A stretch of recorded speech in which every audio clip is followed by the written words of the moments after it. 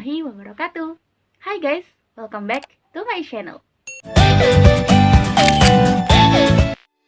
Oke, di video kali ini aku akan melakukan praktikum mengenai salah satu materi di fisika, yakni gelombang bunyi.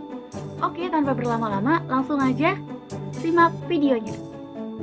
Oke teman-teman, jadi di sini udah ada 5 buah gelas, 1 buah sendok, dan 1 teko yang berisikan air. Oke, langsung aja yuk kita tuang air ke dalam masing-masing gelas. Oke, ini gelas yang pertama. Saya akan isi, nah ya, hampir penuh. Kemudian gelas yang kedua. Oke, gelas yang ketiga.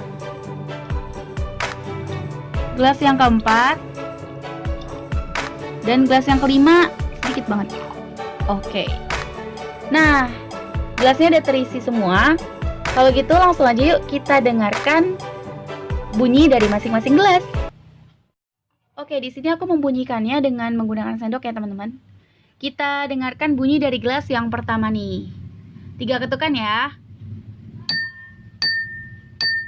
Oke. Kemudian gelas yang kedua. Yap, gelas yang ketiga. Gelas yang keempat, dan gelas yang kelima. Oke, nah teman-teman bisa dengar gak perbedaan bunyi dari gelas pertama hingga gelas kelima?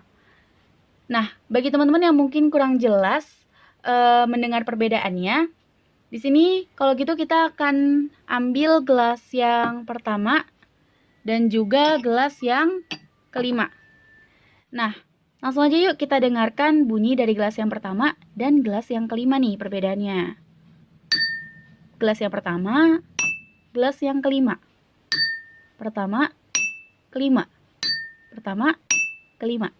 Nah, teman-teman udah bisa mendengarkan perbedaan yang jelas belum dari kedua gelas ini? Nah, kalau aku sih udah denger jelas banget ya. Jadi, gelas yang kedua ini itu lebih nyaring dibandingkan gelas yang pertama. Loh, kok bisa sih? Nah, oleh karena itulah di video ini kita akan bahas. Oke teman-teman, kalau kayak gitu langsung aja yuk kita bahas mengenai peristiwa tadi. Nah, jadi tadi teman-teman udah dengar sendiri kan perbedaan antara gelas yang isinya hampir kosong lebih nyaring dibandingkan gelas yang isinya hampir penuh. Nah, ternyata ini dibahas loh dalam fisika kelas 11, yakni pelajaran tentang gelombang bunyi seperti yang udah aku jelasin di awal ya. Nah, kenapa sih bisa kayak gitu? Jadi teman-teman, yang pertama, gelas ini merupakan pipa organa tertutup. Yang mana pipa organa tertutup ini memiliki rumus Fn atau frekuensi sama dengan 2N ditambah 1 per F0. Nah, F0 ini didapat dari mana? F0 ini didapat dari V dibagi 4L. Nah, 4L itu apa? V sebagaimana kita udah tahu ya, volume. Kemudian L itu adalah panjang dari pipa organa. Nah, pipa organa itu bukan dari permukaan gelas hingga dasar gelas, ya. Melainkan pipa organa itu dari permukaan air hingga permukaan gelas. Nah, itu disebut dengan pipa organa. Yakni F0 memiliki rumus V per 4L. Berarti volume berbanding dengan panjang pipa organa kan. Nah, jadi semakin besar volumenya, maka pipa organanya akan semakin kecil. Nah, apabila pipa organanya semakin besar, maka volumenya akan semakin kecil. Ya, seperti ini. Nah, dari rumus tadi, kita juga dapat mengetahui bahwasannya frekuensi berbanding terbalik dengan volume. Artinya apa?